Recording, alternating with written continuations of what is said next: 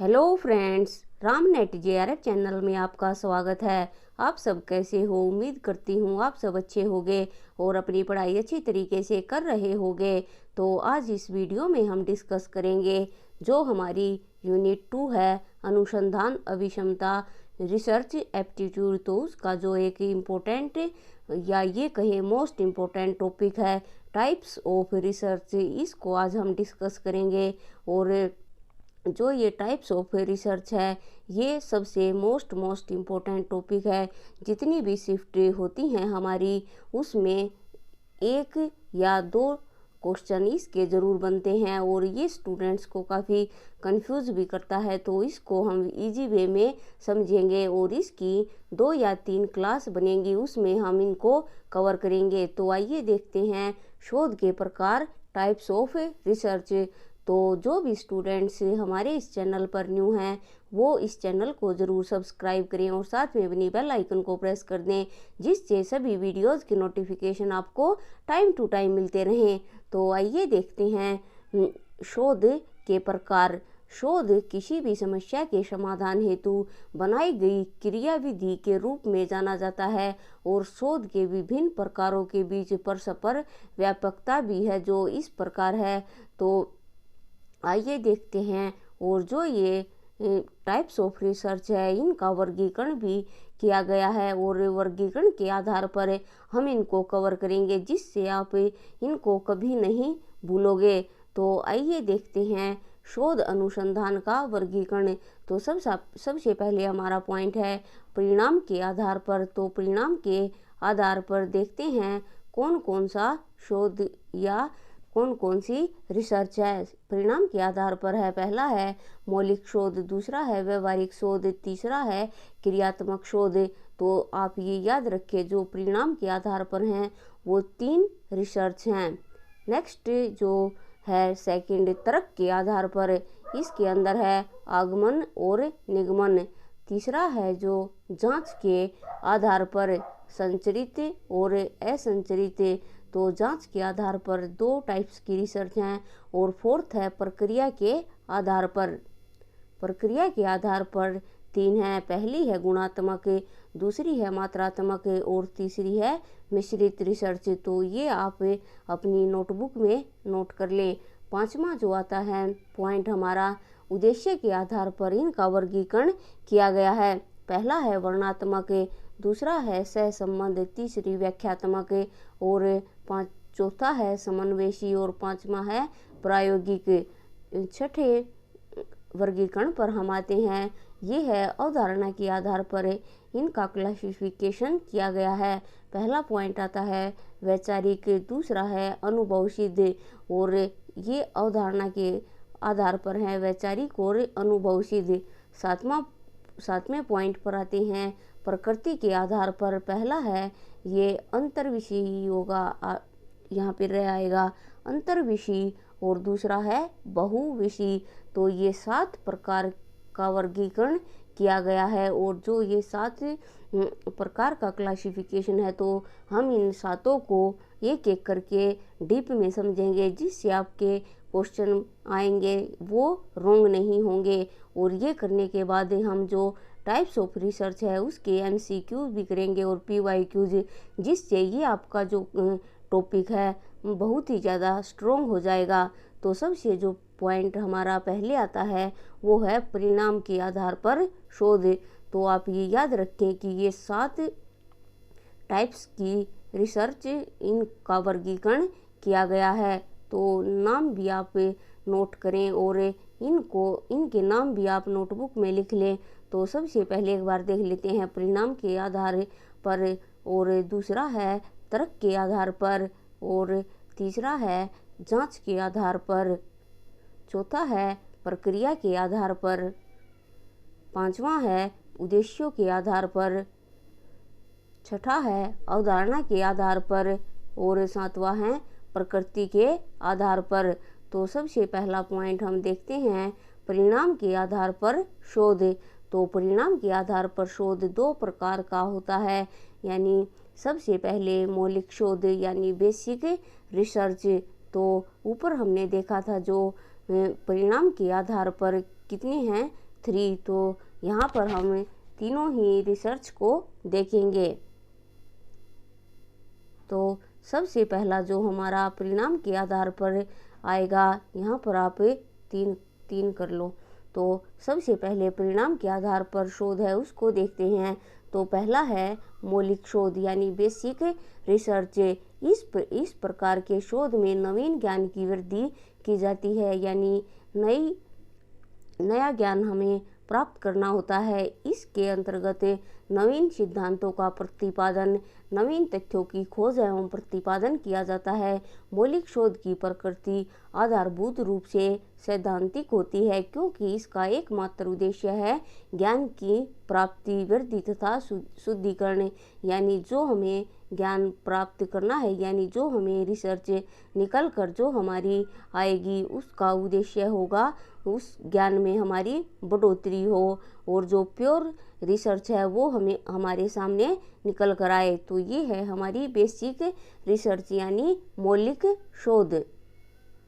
दूसरा है व्यवहारिक या अनुप्रयुक्त शोध, अप्लाइड रिसर्च। तो इस शोध के अंतर्गत किसी समस्या विशेष का समाधान करने वाले तत्व शामिल होते हैं। तो अप्लाइड रिसर्च, तो आप जैसे हिंदी और इंग्लिश दोनों ही पॉइंट याद रखें, और ये बात भी आप ध्यान रखें कि जो हमारा इंग्लिश में लिखा है वो हमें ज़्यादा टाइम तक याद रहता है। तो अप्लाइड रिसर्च यानी अप्लाई करना, इसका जो उद्देश्य है वो देखते हैं क्या है। शोध के अंतर्गत किसी समस्या विशेष का समाधान करने वाले तत्व शामिल होते हैं, अर्थात यदि शोधकर्ता तथ्यों के आधार पर किसी क्रियात्मक समस्या का समाधान करे तो उसे व्यवहारिक शोध कहते हैं। तो व्यवहारिक या अनुप्रयुक्त शोध यानी अप्लाइड रिसर्च वो होती है जैसे कोई भी हमारे सामने प्रॉब्लम है और उसका हम समाधान करते हैं, तो वो हमारी व्यवहारिक शोध कहलाती है। तो आप ये ध्यान रखें। क्रियात्मक शोध और अभिप्रेरणात्मक शोध, सामाजिक शोध एवं चिकित्सा शोध इसी के अंतर्गत आते हैं। यानी जो ये हमारी अप्लाइड रिसर्च हैं इसी के पार्ट हैं, ये भी आप याद रखें। क्रियात्मक शोध, अभिप्रेरणात्मक शोध, सामाजिक शोध और चिकित्सा शोध। तो ये तीनों आप नाम जरूर याद रखें कि ये इसी व्यवहारिक अनुप्रयुक्त या अप्लाइड रिसर्च के अंतर्गत आते हैं, यानी इसी का ये पार्ट है। नेक्स्ट पॉइंट हमारा आता है क्रियात्मक शोध यानी एक्शन रिसर्च। तो देखते हैं एक्शन रिसर्च क्या है। तो शोध का प्रयोग सर्वप्रथम कुर्ट लेविन ने वर्ष 1940 में किया था। तो आप ये भी याद रखें कि इसका सबसे पहले प्रयोग किसने किया था। तो कुर्ट लेविन ने।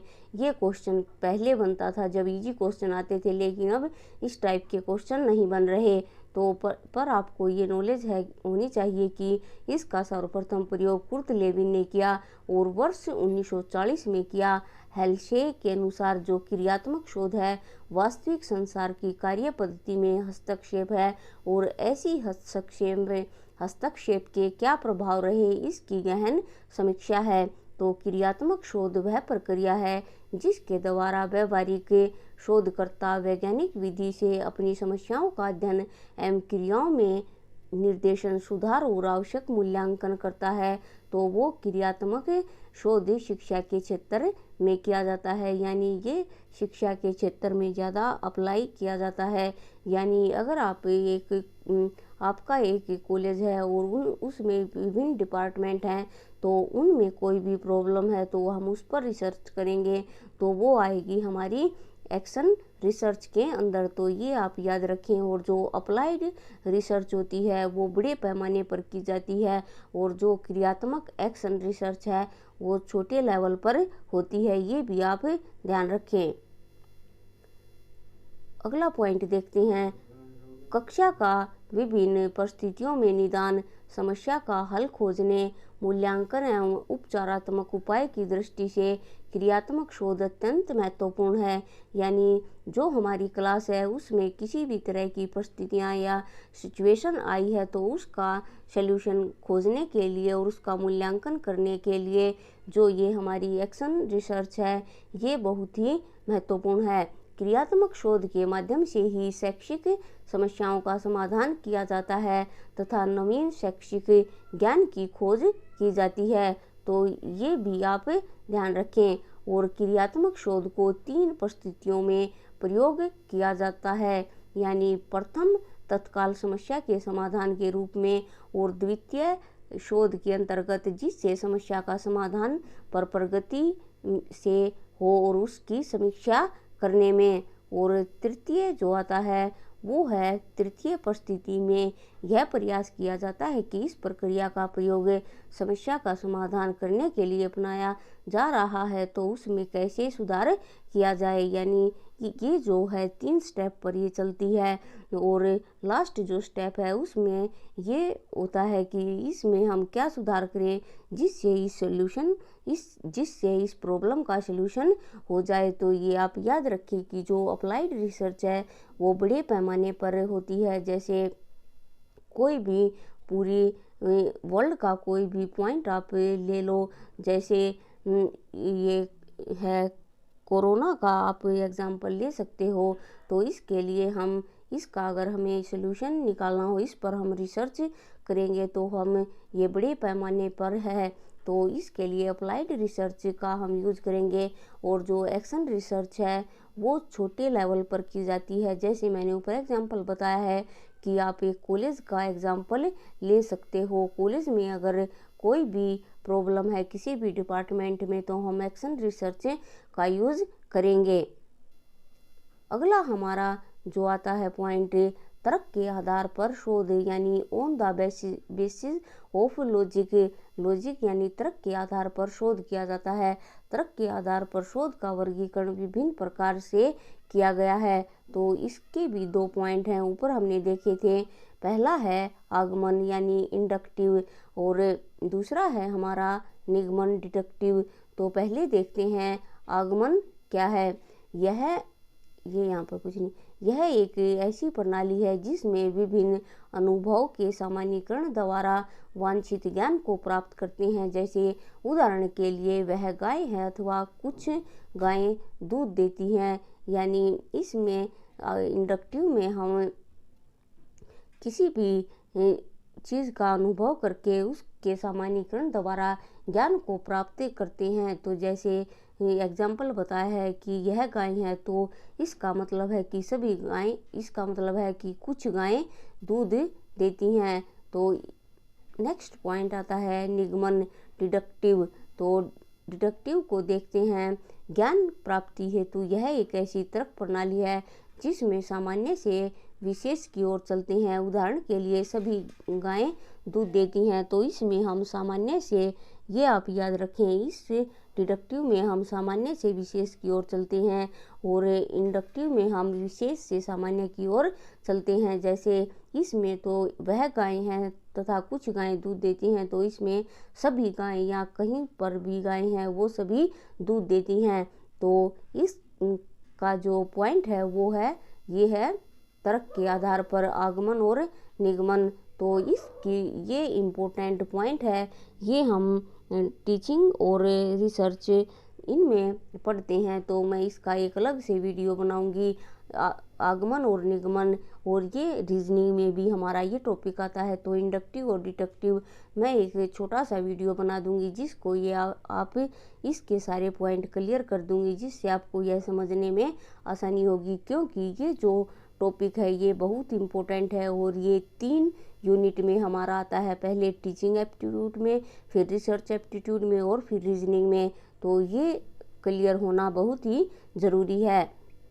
तो फ्रेंड्स आज हमने जो 2 टाइप की रिसर्च हैं वो देखी हैं, क्योंकि अगर हम एक साथ इनको करेंगे तो हमें बहुत ही ज़्यादा कन्फ्यूज़न होगी। तो अगर आपको ये समझ में आ गया, अगर आपको किसी भी टॉपिक में डाउट या आपकी कोई भी क्वेरी है तो आप कमेंट बॉक्स में ज़रूर पूछें। आप अगर फीडबैक दोगे तो मुझे भी पता चलेगा कि मैं जो टॉपिक करवा रही हूँ उसमें कुछ और ऐड करने की ज़रूरत है, या मैं जो करवा रही हूँ वो आप सबको समझ में आ रहा है। तो आप ये कमेंट लाइक भले ना करें पर कमेंट करके ज़रूर बताएं कि क्लास आपको कैसी लगती है, तो और आप पढ़ रहे हो या नहीं। क्योंकि अगर आप इन वीडियोस को देखते हो और फिर आपके पास जो भी बुक है पेपर 1 की उसको पढ़ते हो तो मैं श्योर कह सकती हूँ कि आपको ये टॉपिक ज़रूर समझ में आएगा। और इसके अगर ये थोड़ा बहुत भी आपको डाउट रहता है तो इसके बाद हम ये यूनिट कवर करने के बाद इसके जो पहले PYQs करेंगे और उसके बाद हम करेंगे MCQ, जिससे आपकी ये यूनिट है जो हमारी रिसर्च यूनिट है इसमें हम ये श्योर नहीं कह सकते कि इसमें 5 क्वेश्चन ही आएंगे, क्योंकि ये बहुत इम्पोर्टेंट यूनिट है। इससे 6 या 7 क्वेश्चन हमारे पूछे जाते हैं, तो आप इसको ज़रूर अच्छी तरीके से कवर करें। तो आज के लिए इस वीडियो में इतना ही। मिलते हैं नेक्स्ट वीडियो में और नए इम्पोर्टेंट और इंटरेस्टिंग टॉपिक के साथ। तो इस वीडियो को लाइक करें और इस चैनल को ज़्यादा से ज़्यादा शेयर करें। जो भी स्टूडेंट्स पेपर 1 की तैयारी कर रहे हैं सभी को इन वीडियोज़ का लाभ पहुँचे। तो आज के लिए इतना ही। Thank you.